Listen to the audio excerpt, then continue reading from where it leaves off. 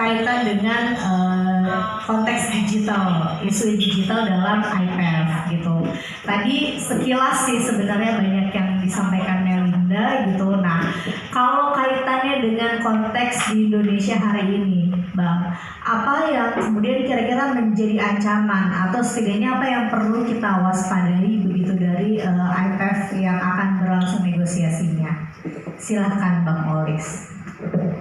Ya, terima kasih atas kesempatannya. Ya.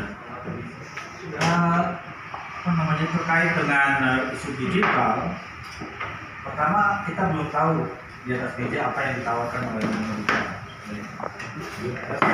sehingga itu juga jadi persoalan.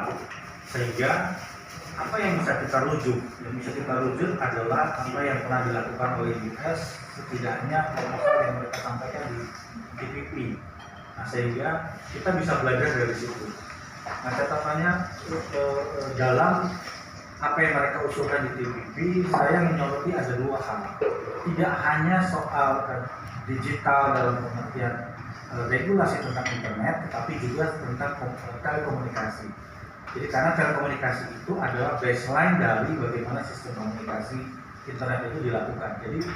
Jadi proposal yang ada di TPP, setidaknya sebelum berubah menjadi CPTPP, ada hal yang menjadi sangat mendasar, baik itu infrastruktur maupun sistem pelayanan, aturan sistem pelayanan di dalam internet.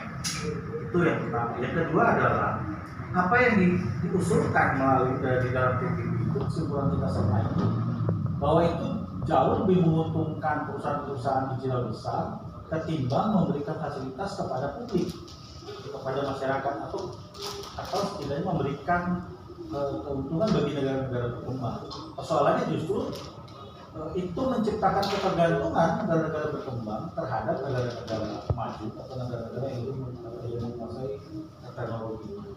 Nah, itu sebenarnya salah satu critical point yang perlu kita lihat. Artinya secara prinsip kelihatannya modelnya tidak akan berubah, kelihatannya seperti itu dalam pikiran kami.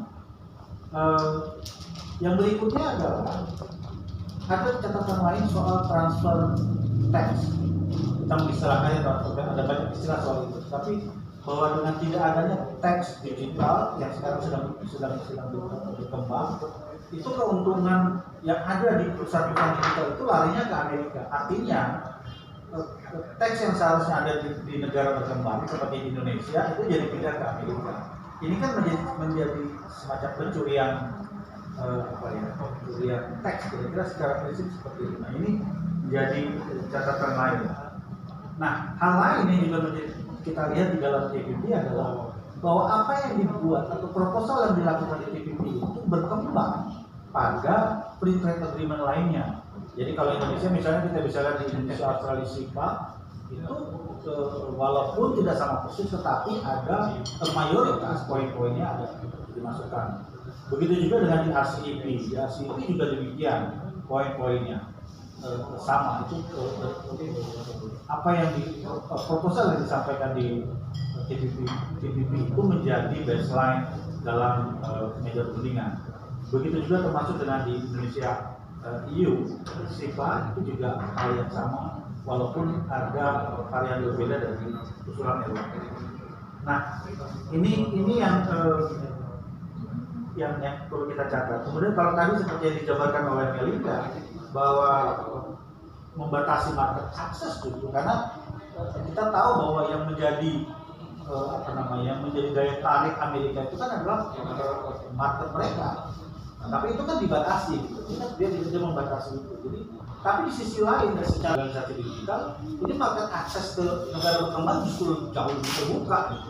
Ini kan jadi gak fair. Mereka membatasi akses ke mereka, artinya kan membuka ruang di negara berkembang menjadi. Nah, saya pikir itu juga catatan lain. Kemudian kita juga mencatat bahwa kalau dengan tadi ada pembatasan market akses dan sebagainya, artinya sebenarnya yang dibuat ini kan bukan membuat sebuah kesepakatan dagang, walaupun kelihatannya mereka tidak melakukan sebuah bentuk struktur perubahan struktur di dalam pemerintahan mereka, tetapi ini lebih pada menyusun aturan-aturan dalam konteks digital, mempertegas aturan-aturan digital sehingga pemberlakuannya akan bersifat global. Jadi lebih ke situ. Ini terkait dengan digital. Jadi mungkin soal isu digital, beberapa isu yang muncul ini mencukupi apa yang sudah berkembang selama ini, khususnya dari TPP. Kita bisa catat ada isu cross border data flow yang memang pasti akan didorong terus. Kemudian perlindungan terhadap source code atau algoritma, karena itu juga menjadi pilar penting di dalam bisnis digital. Kemudian ya ada autentifikasi, ada pemberlakuan perdagangan e-commerce yang sama dengan yang lain, walaupun ada juga ada PDP, perlindungan data pribadi. Indonesia sudah memiliki, walaupun kita cukup menjaga perdagangan nasional kita. Ada catatan lain juga yang perlu kita lihat kalau melihat TPP adalah proposal di procurement. Walaupun itu terkait dengan isu yang lain, tetapi secara digital procurement juga menjadi catatan bahwa ini akan memberikan ancaman kepada kepentingan nasional atau negara-negara berkembang. Kemudian kita tahu bahwa dalam proses keterbukaan tadi yang kelihatannya sangat bebas dan terbuka itu, kita harus perlu tetap mengingat adanya isu-isu keamanan cyber yang khususnya pengambilan data seperti digital dan report yang menyebutkan bagaimana perlakuan dari beberapa agensi di Amerika yang melakukan penyadapan. Saya pikir hal seperti itu tetap harus diwaspadai karena banyak sekali potensi seperti itu akan sangat terbuka. Saya pikir mungkin untuk sementara itu catatan yang bisa kami lakukan sampai saat ini. Terima kasih.